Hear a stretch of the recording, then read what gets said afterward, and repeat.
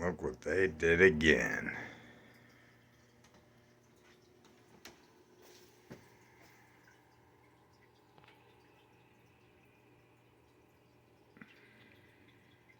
That's eggs. All over the place is eggs. The whole cup is covered with eggs.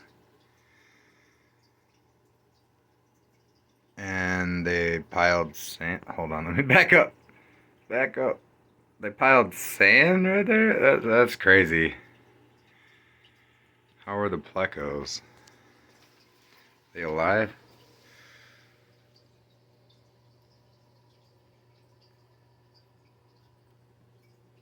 I don't see them.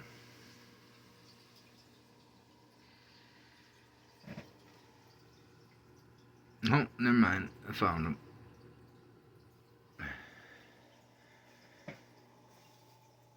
The odds are they want to have their babies in the same spot, so they're probably hiding behind that tree. The plecos are both male and female. They're old enough to breed. I'm going to let these guys lay their eggs. Where's my finger? Lay their eggs. And then I'm going to remove the male because he usually eats them or something or destroys them. He got his head stuck in a tube the other day, so I had to take the tube out and just put a rock there. Shows how smart he is. But I'm sure he's fertilizing those eggs because he's being put in the corner right now, so he won't even show his body right now. Why you not showing yourself? GT? Look at that head. Look at that head. Look at that dome. And your fin's all messed up.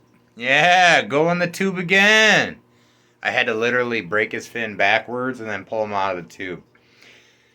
But his fin's healing. Where's that tube? One of these. I had it set for her to hide from him, you know? Yeah, there's no... They didn't lay eggs in there, did they? No. Wait. Huh? Huh? No, yeah. I had this tube set for her, and he could probably fit in it. But their nougat hump or cock that they get on their forehead seems to make them get stuck. So I had to pull that right out of there. See, he's got that little chip on the top, the fin there. I had to pull all the fins back like as if you're taking a bluegill off the hook. I had to pick that whole tube up at the top of the tank and shake it, and he still couldn't get out. And then finally, I bent the fins backwards on one side and literally like kind of pulled him back and then lifted it up and pushed him forward, and he zoomed right out after about 20 minutes of me trying, and now he's got to lay eggs, or fertilize eggs, so I think he's awful. Probably worn out.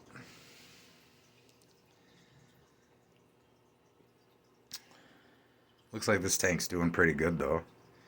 It's clean-ish. I put new black rocks in there to, this is all mixed rocks, but I figured I bought a couple things of black rock to bring out their colors, because when you put the dark substrate, like they really like, they change their colors. They get stripes when someone walks in. He'll get this. He did made his disappear, but he can make his reappear.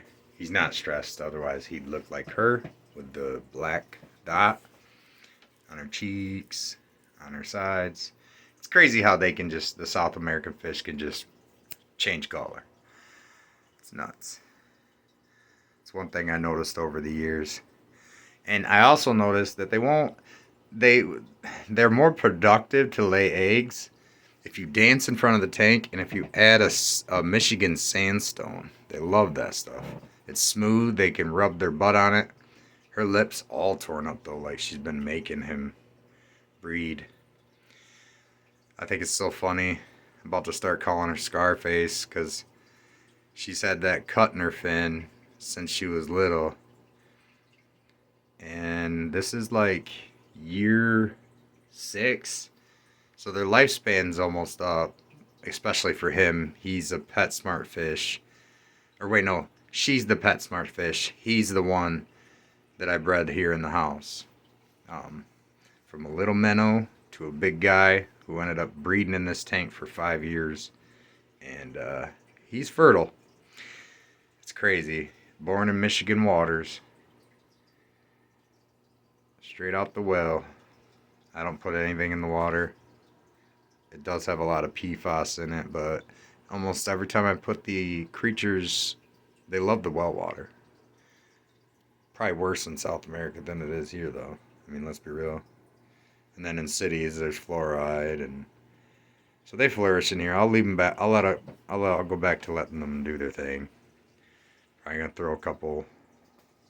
If I back up, it shows that I'm afraid, and then he'll come out, I think. GT.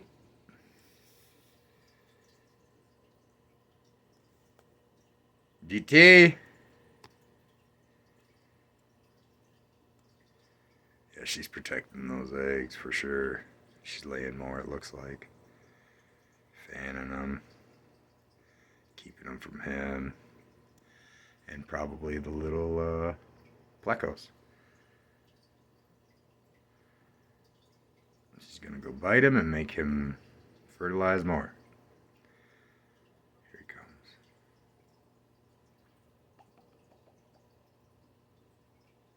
Look at those big orange fins. He's so huge. I can't wait to move him out to the main tank out in the living room, the 90-gallon. This is only I think it's 60.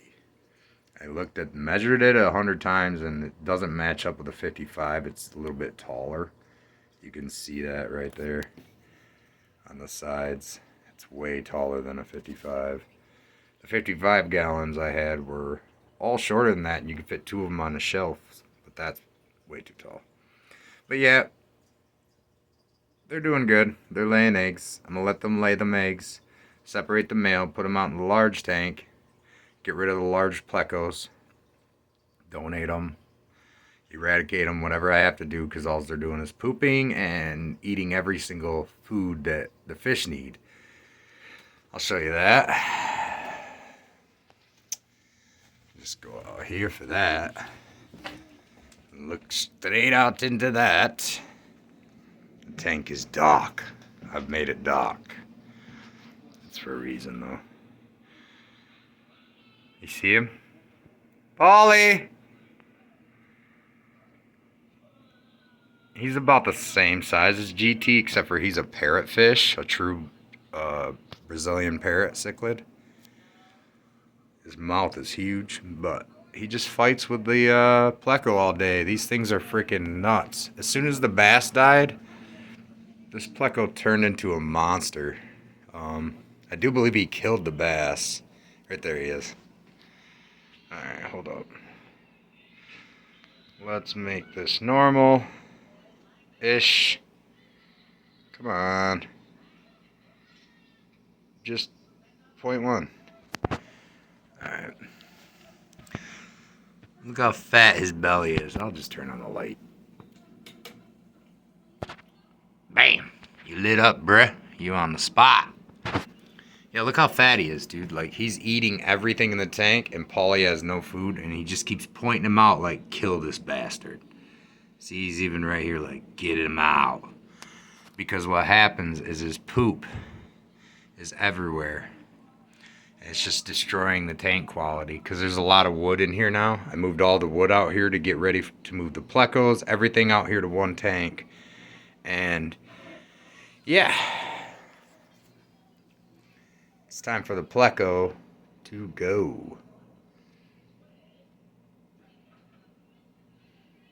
I stopped feeding him for a couple days and his guts still bulged.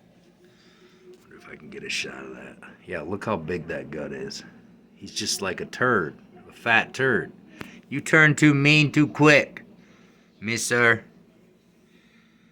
Paulie's already upset with it. Like, get him out, Dad. Get him out. Couple pieces of tilapia. Normally Paulie will eat that tilapia, but because the catfish is in here, she's leaving it, so the catfish leaves her alone. So she's starving herself just because that fish is so aggressive. And Paulie's not really aggressive. Just hides. Spends most of his days hiding. But maybe if I get rid of that Pleco, or donate it or whatever, yeah, things will change. I even put a little log in here for when I move the micro clown Plecos in. They can breed in these logs. I got the lava rock right here. This stone that also has many hiding spots. In the back is like the Plecos actually ate. You can see the Pleco poop all over the trees. It's just destroying the tank. It makes it literally, like here it is too, hanging from the magnet. It's destroying the water quality so quick. Yeah, they eat algae. Yeah, they eat everything else too. When they get older, or a certain size, especially in tropical tanks with the heater on, they grow extremely fast, and she's already outgrown the tank, already causing so much waste that I can't keep up, and it's killing the other fish in the tank. And this is a 90-gallon. It's stupid. So yeah, that fish has got to go. I might even just put these two, or wait, get rid of the Pleco, put Paulie in that tank back there alone, and then move. No, I'll probably just throw them all out here, let the mom raise the fry, and then once the fry are grown out, I'll just throw them all in here, and then I'll just have a tank full of green terrors and a parrotfish. Hopefully they'll get along. Maybe. Probably not. I've done this before and it usually works. Paulie, come out. Paulie. Paulie. Come out. Come on. Come on. I'll come to you. Paulie. What is it? Look at the size of his mouth. His mouth opens the size of his face. I think he's an omnivorous. And it's not a he. Pretty sure it's a female because how short and round that back fin is. But they say you can't really tell with the true parrot cichlid. They could look either way. But they do the dot thing too. They'll get dots when they're upset or scared. He's not scared of me. He's just wanting me to get that fish out. And he's trying to stay there because that's his spot and point him out. But yeah, that's the update on the fish. Peace.